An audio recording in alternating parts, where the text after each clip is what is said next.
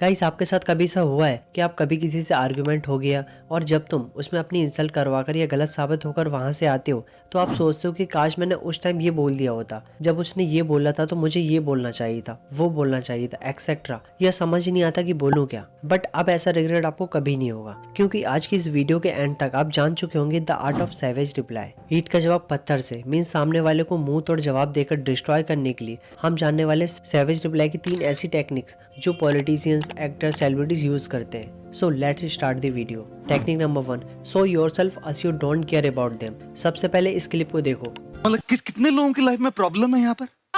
सबके। लगभग आधे लोगों ने हाथ नहीं उठाए, लेकिन यहाँ पर इनका आसानी से पोपट हो सकता था। बट इन्होंने क्या किया आगे देखते हैं। जो लोग हाथ नहीं उठा रहे हो अपेक्षा करें कि मैं उनमें विश्वास करूंगा। ऐसा देखा है कि जिन लोगों ने हाथ ऊपर नहीं किए उन पे मैं विश्वास नहीं करता। उन्होंने इस बात को ऐसे प्रेजेंट किया कि एक जोक भी बन गया और उनका खुद का पोपट भी नहीं हुआ। इसे और अच्छे से समझने के लिए हम एक क्लिप और देखते हैं।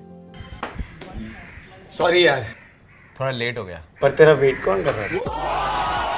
इसमें सामने वाले को ये बताया गया है कि तुम मेरे लिए इम्पोर्टेंट नहीं हो, बट एक सेवेज तरीके से कि वेट कौन कर रहा था। आपको ऐसा रिप्लाई देना है कि सामने वाले को लगे कि तुम उनके ओपिनियंस, वर्क्स, बिलीफ पर यकीन नहीं करते। वो चीजें तुम्हारे लिए मैटर ही नहीं करती। Technique number 2, point others person negative instead of arguing on yours. इस रूल में सामने वाला अगर तुम्हें नेगेटिव बोले तो खुद को सही प्रूफ मत करो, इनफैक्ट उसे एक सेवेज तरीके से रिप्लाई करो। फॉर एग्जाम्पल ये क्लिप देखो।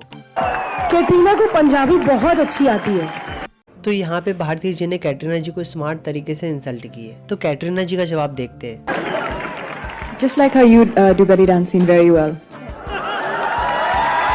मीन्स वो इनडायरेक्टली ये बोल रही है कि मेरी पंजाबी वैसी ही है जैसे कि तुम्हारा डांस है। सो यहाँ पे कैटरीना जी ने कितना स्मार्टली आंसर दिया है। Technique number 3, play with idioms and dialogues. मुहावरों, कहावतों और डायलॉग से खेलो। ये टेक्निक बहुत ही कमाल की है, क्योंकि जैसे कुछ डायलॉग्स की वजह से कुछ मूवीज को जाना जाता है, उसी तरह तुम्हारे कॉन्वर्सेशन को जाना जाता है और इसी से तुम्हारे शब्दों पर इम्पैक्ट पड़ेगा एंड तुम खुद के डायलॉग्स को क्रिएट भी कर सकते हो। बट हर एक सिचुएशन के लिए, हर एक कॉन्वर्सेशन के लिए एक से बढ़कर एक इडियम्स एंड डायलॉग्स भरे पड़े हैं। फॉर एग्जाम्पल ये क्लिप देखते हैं। क्या देख रहे हो कृष्ण प्रसाद? ये कोर्ट का मैदान नहीं, महाकाल का बिछाया हुआ मौत का जाल है। गड्ढे हमने खुद दिए हैं, अब कब्रें तुम दोनों की बनेंगी।